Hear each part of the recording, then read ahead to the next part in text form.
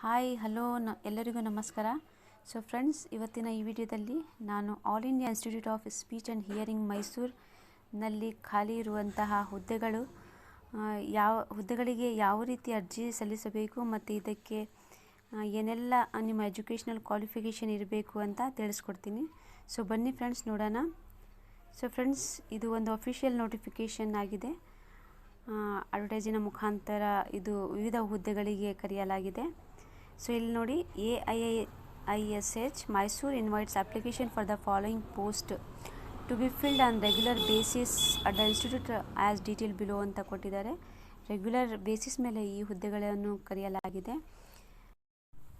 So ಬನ್ನಿ friends, ಹುದ್ದೆಗಳ ವಿವರ ಹೇಗಿದೆ ಅಂತ ನೋಡೋಣ. ಸೊ ಇಲ್ಲಿ name of the post, number of post, category ಇದೆ ಆ್ಯಂಡ್ ಏಜ್ ಲಿಮಿಟ್ ಮತ್ತು ಪೇ ಸ್ಕೇಲನ್ನು ಕೊಟ್ಟಿದ್ದಾರೆ. ಸೊ ಮೊದಲಿಗೆ ಇಲ್ಲಿ ಅಸಿಸ್ಟೆಂಟ್ ಆಡಿಟ್ ಆಫೀಸರ್ ಅಂತ ಕೇಳಿದ್ದಾರೆ. ಸೊ ಇಲ್ಲಿ ನಂಬರ್ ಆಫ್ ಪೋಸ್ಟ್ 1, ಕ್ಯಾಟಗರಿ ಅನ್ರಿಸರ್ವ್ಡ್ನಲ್ಲಿ ಆ್ಯಂಡ್ ವಯೋಮಿತಿ ಬಿಲೋ 30 ಇಯರ್ಸ್ ಅಂತ ಕೊಟ್ಟಿದ್ದಾರೆ. ಆ್ಯಂಡ್ ಪೇ ಸ್ಕೇಲ್ ಎಷ್ಟಪ್ಪ ಅಂತ ಹೇಳಿದರೆ ಲೆವೆಲ್ 7 ಆಫ್ 7 CPC ಅಂತ ಕೊಟ್ಟಿದ್ದಾರೆ. ಸೊ 7th ಪೇ ಸ್ಕೇಲನ್ನು ಕೊಡಲಾಗುತ್ತದೆ ಅಂತ ಹೇಳ್ತಾ ಇದ್ದಾರೆ. ನಂತರ staff nurse number of post 4 ಇದೆ. ಅನ್ರಿಸರ್ವ್ಡ್ನಲ್ಲಿ 2, SCನಲ್ಲಿ 1, OBCನಲ್ಲಿ 1 ಆ್ಯಂಡ್ ವಯೋಮಿತಿ ಅಪ್ ಟು 35 ಇಯರ್ಸ್ ಕೇಳಿದ್ದಾರೆ. And the pay scale is level 7 of 7 CPC ಅಂತ ಕೊಟ್ಟಿದ್ದಾರೆ. ಸೊ ನಂತರ ಸೆಕ್ಯೂರಿಟಿ ಆಫೀಸರ್, ಇಲ್ಲಿ number of post 1 and category ಅನ್ರಿಸರ್ವ್ಡ್ನಲ್ಲಿ and age limit 30 years, level pay scale is level 6 of 7 CPC. ನಂತರ accountant 1 ಹುದ್ದೆ and the category is ಅನ್ರಿಸರ್ವ್ಡ್ನಲ್ಲಿ and age limit is below 30 years ಅಂತ ಕೊಟ್ಟಿದ್ದಾರೆ. And the pay scale is level 5 of 7 CPC ಅಂತ ಕೊಟ್ಟಿದ್ದಾರೆ. Friends, ಇಲ್ಲಿ ಹುದ್ದೆಗಳ ವಿವರ detail ಆಗಿ ಕೊಟ್ಟಿದ್ದಾರೆ 1 by 1. ಸೊ ನೋಡೋಣ. ಇಲ್ಲಿ ಅಸಿಸ್ಟೆಂಟ್ ಆಡಿಟ್ ಆಫೀಸರ್ಗೆ ಮೆಥಡ್ ಆಫ್ ರಿಕ್ವೈರ್ಮೆಂಟ್ ಹೇಗಪ್ಪ ಅಂತ ಹೇಳಿದರೆ ಡೈರೆಕ್ಟ್. ನಂಬರ್ ಆಫ್ ಪೋಸ್ಟ್ ನಾವು ಮೇಲ್ಗಡೆ ನೋಡಿದ್ದೀವಿ 1 and the age limit below 30 years, category ಅನ್ರಿಸರ್ವ್ಡ್ನಲ್ಲಿ ಪೇ ಸ್ಕೇಲು ಸಹ ಗೊತ್ತಾಗಿದೆ 7th pay scale. And what is the essential qualification required ಅಪ್ಪ ಅಂತ ಹೇಳಿದರೆ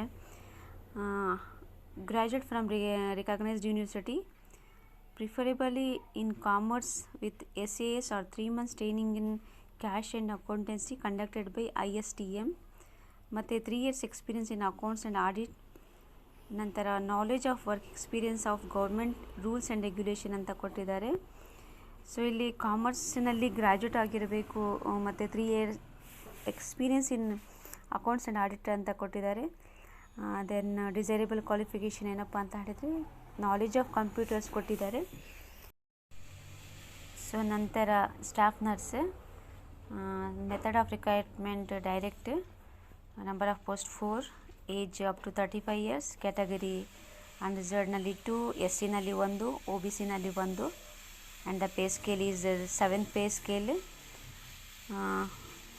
then educational qualification BSc in nursing or 3 years diploma in general nursing, ಏನು ನಾವು GNM ಅಂತ ಹೇಳ್ತೀವಿ ಅದು ಆಗಿರಬೇಕು, ಅಥವಾ BSc ಇನ್ ನರ್ಸಿಂಗ್ ಆಗಿರಬೇಕು. ಅಥವಾ midwifery from recognized institution and registration in state nursing council with 1 year experience in rehabilitation nursing ಅಥವಾ ಹಾಸ್ಪಿಟಲ್ ನರ್ಸಿಂಗ್, ಹೋಮ್ ನರ್ಸಿಂಗ್ ಅಥವಾ ಡಿಸ್ಪೆನ್ಸರಿ ಕ್ಲಿನಿಕ್ ಅಂತ ಕೊಟ್ಟಿದ್ದಾರೆ. So then candidates with experience of working in an operation theatre will be preferred, ಅಂದರೆ ಯಾರು OTನಲ್ಲಿ experience ಆಗಿದ್ದಾರೆ ಅವರಿಗೆ ಪ್ರಿಫರೆನ್ಸನ್ನು ಕೊಡ್ತಾರೆ ಅಂತ ಹೇಳ್ತಾ ಇದ್ದಾರೆ. ಸೊ ನಂತರ ಇಲ್ಲಿ ಸೆಕ್ಯೂರಿಟಿ ಆಫೀಸರ್ಗೆ number of post 1, here also direct recruitment, age of 30 years, category ಅನ್ರಿಸರ್ವ್ಡ್ನಲ್ಲಿ pay scale level 6 of pay matrix under 7th pay commission ಅಂತ ಕೊಟ್ಟಿದ್ದಾರೆ. Then what is the essential qualification required ಅಂತ ಹೇಳಿದರೆ degree of recognised university with at least 5 years experience as assistant security officer in government or PSU or autonomous body, ಅಥವಾ an ex service man of a suitable rank and having trained in the area of security ಅಂತ ಕೊಟ್ಟಿದ್ದಾರೆ. Then the accountant ಪೋಸ್ಟಿಗೆ method of recruitment direct recruitment, number of post 1, age below 30 years. Category ಅನ್ರಿಸರ್ವ್ಡ್ನಲ್ಲಿ pay scale level 5 of pay matrix under 7 pay commission ಅಂತ ಕೊಟ್ಟಿದ್ದಾರೆ. And ಅಕೌಂಟೆಂಟ್ಗೆ qualification ಏನು ಬೇಕಾಗುತ್ತೆ ಅಂತ ಹೇಳಿದರೆ, required qualification degree in commerce from recognised university, knowledge of government rules and regulation, ಮತ್ತು 2 years experience in accounts in government ಅಥವಾ semi government ಅಥವಾ ಅಟಾನಮಸ್ ಬಾಡಿ ಅಂತ ಕೊಟ್ಟಿದ್ದಾರೆ. ಸೊ ಮತ್ತು ಫ್ರೆಂಡ್ಸ್, ಇಲ್ಲಿ ಜನರಲ್ ಕಂಡೀಷನ್ಸ್ ಆ್ಯಂಡ್ ಇನ್ಫಾರ್ಮೇಷನ್ ಅಂತ ಕೊಟ್ಟಿದ್ದಾರೆ. ಸೊ ಇಲ್ಲಿ it intended to fill the above post on regular basis at this institute. So regular basis ಮೇಲೆ ಈ ಪೋಸ್ಟ್ಗಳನ್ನು ಫಿಲಪ್ ಮಾಡ್ಕೊಳ್ತಾ ಇರೋದು. ಸೊ ನಂತರ all the details furnished in the offline application will be treated as A final ಅಂತ ಕೊಟ್ಟಿದ್ದಾರೆ.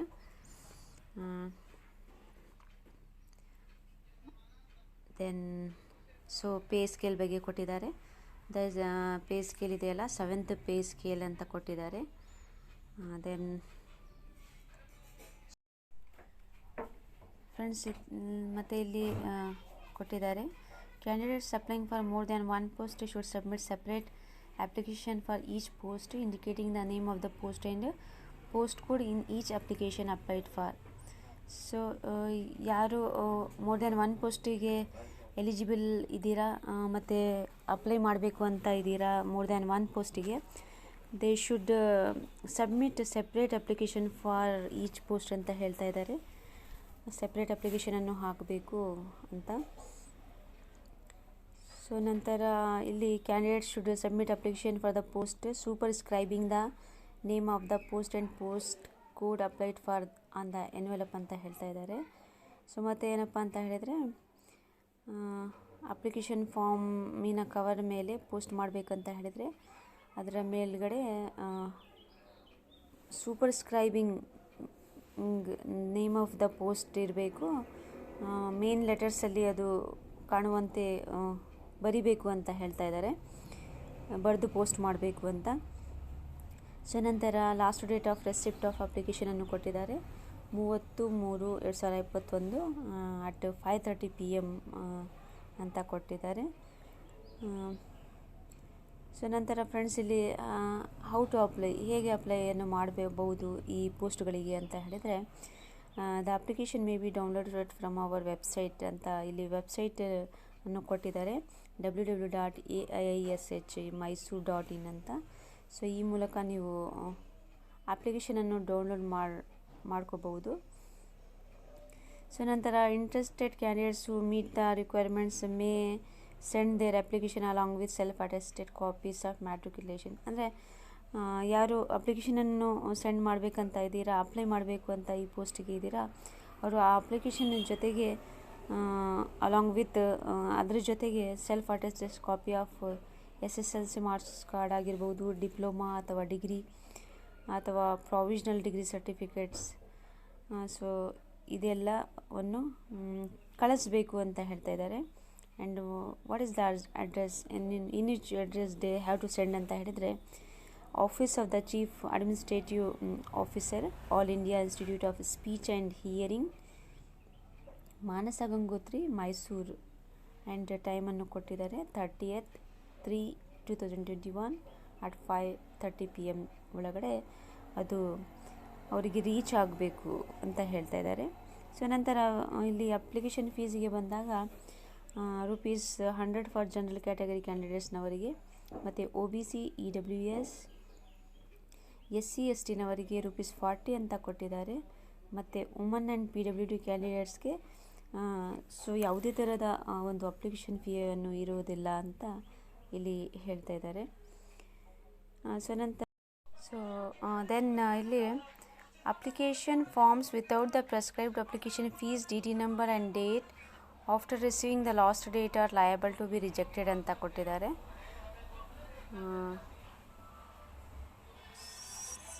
Then application received after the last date or with insufficient information would not be considered. So last date ಮುಗಿದ ಮೇಲೆ ಅಥವಾ insufficient information application ಫಾರ್ಮ್ನಲ್ಲಿ ಇದ್ದರೆ that application form will be rejected ಅಂತ ಹೇಳ್ತಾ ಇದ್ದಾರೆ. ಆ್ಯಂಡ್ ನಂತರ ಪೇಮೆಂಟ್ ಆಫ್ ಅಪ್ಲಿಕೇಶನ್ ಫೀ ಯಾವ ರೀತಿಯಲ್ಲಿ ಮಾಡಬೇಕು ಅಂತ ಹೇಳಿದರೆ, by way of demand draft in favor of director AIISH Mysore. The candidate should mention the prescribed application fee details in the application also. So friends, ಇದು ಒಂದು official ಆದಂತಹ ಒಂದು notification ಆಗಿರುತ್ತೆ. ಹಾಗಾಗಿ ಯಾವೆಲ್ಲ ಅಭ್ಯರ್ಥಿಗಳು ಈ ಪೋಸ್ಟ್ಗಳಿಗೆ ಅರ್ಜಿಯನ್ನು ಸಲ್ಲಿಸಬೇಕು ಅಂತ ಇದ್ದೀರಾ, ಅವರು ಅರ್ಜಿಯನ್ನು ಸಲ್ಲಿಸೋಕ್ಕೆ ಸ್ಟಾರ್ಟ್ ಮಾಡಬಹುದು. ಸೊ ಫ್ರೆಂಡ್ಸ್, ಇವತ್ತಿನ ಈ ವಿಡಿಯೋ ನಿಮಗೆ ಇಷ್ಟ ಆಗಿದರೆ please like, share and subscribe. Thank you.